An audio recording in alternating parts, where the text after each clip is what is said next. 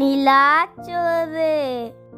வணக்கம் மக்களே, இந்த வீடியோவில் மிளகு குழம்பு எப்படி செய்கிறதுன்னு பார்க்கலாம் வாங்க. இந்த குழம்பை வாரத்துக்கு ஒரு முறை செஞ்சு சாப்பிடுங்க, உடம்புக்கு ரொம்ப நல்லது.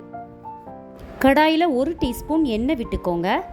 எண்ணெய் சூடானதும் 1 டேபிள் ஸ்பூன் மிளகு, 1 டீஸ்பூன் வரமல்லி, 1 டீஸ்பூன் துவரம்பருப்பு, 1 டீஸ்பூன் உளுந்தம்பருப்பு, 10 போல் வெந்தயம், 2 வரமிளகா, 1/2 டீஸ்பூன் அரிசி சேர்த்து 2 நிமிஷம் ஃப்ரை பண்ணிக்கோங்க. பருப்புலாம் கொஞ்சம் ரோஸ்ட் ஆனதும் 1/2 டீஸ்பூன் சீரகம், 1 கொத்து கருவேப்பிலை சேர்த்து ஃப்ரை பண்ணுங்க. ஃப்ரை பண்ணதை ஆற விட்டு ஒரு மிக்ஸி ஜாரில் சேர்த்து நல்ல பேஸ்ட்டாக தண்ணி ஊற்றி அரைச்சி எடுத்துக்கோங்க.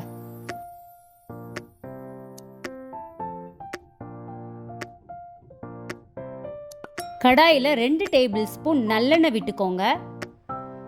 எண்ணெய் சூடானதும் 1/2 டீஸ்பூன் கடுகு உளுந்தம்பருப்பு, 10 போல வெந்தயம், 1/4 டீஸ்பூன் சீரகம், 1 வரமிளகாவை கிள்ளி போட்டுக்கோங்க.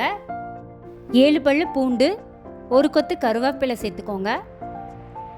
1 பெரிய சைஸ் வெங்காயத்தை சின்னதாக நறுக்கி சேர்த்துக்கோங்க. வெங்காயம் நல்லா வதங்கினதும் 1/4 டீஸ்பூன் மஞ்சள் தூள், 1/4 டீஸ்பூன் காயத்தூள் சேர்த்து நல்லா வதக்கிக்கோங்க. இனி நம்ம அரைச்சி வச்சிருக்கிற மசாலாவை சேர்த்துடலாம். எண்ணெயில் ஒரு 2 நிமிஷம் நல்லா வதக்கிக்கோங்க.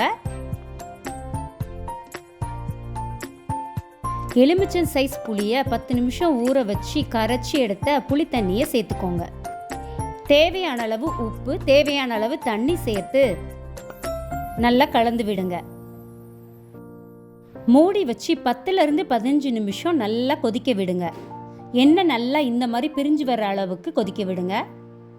சளி இருமல் இருக்கா, இந்த குழம்பு வச்சு சாப்பிடுங்க. Like, share and subscribe Nilachoru channel. Thank you.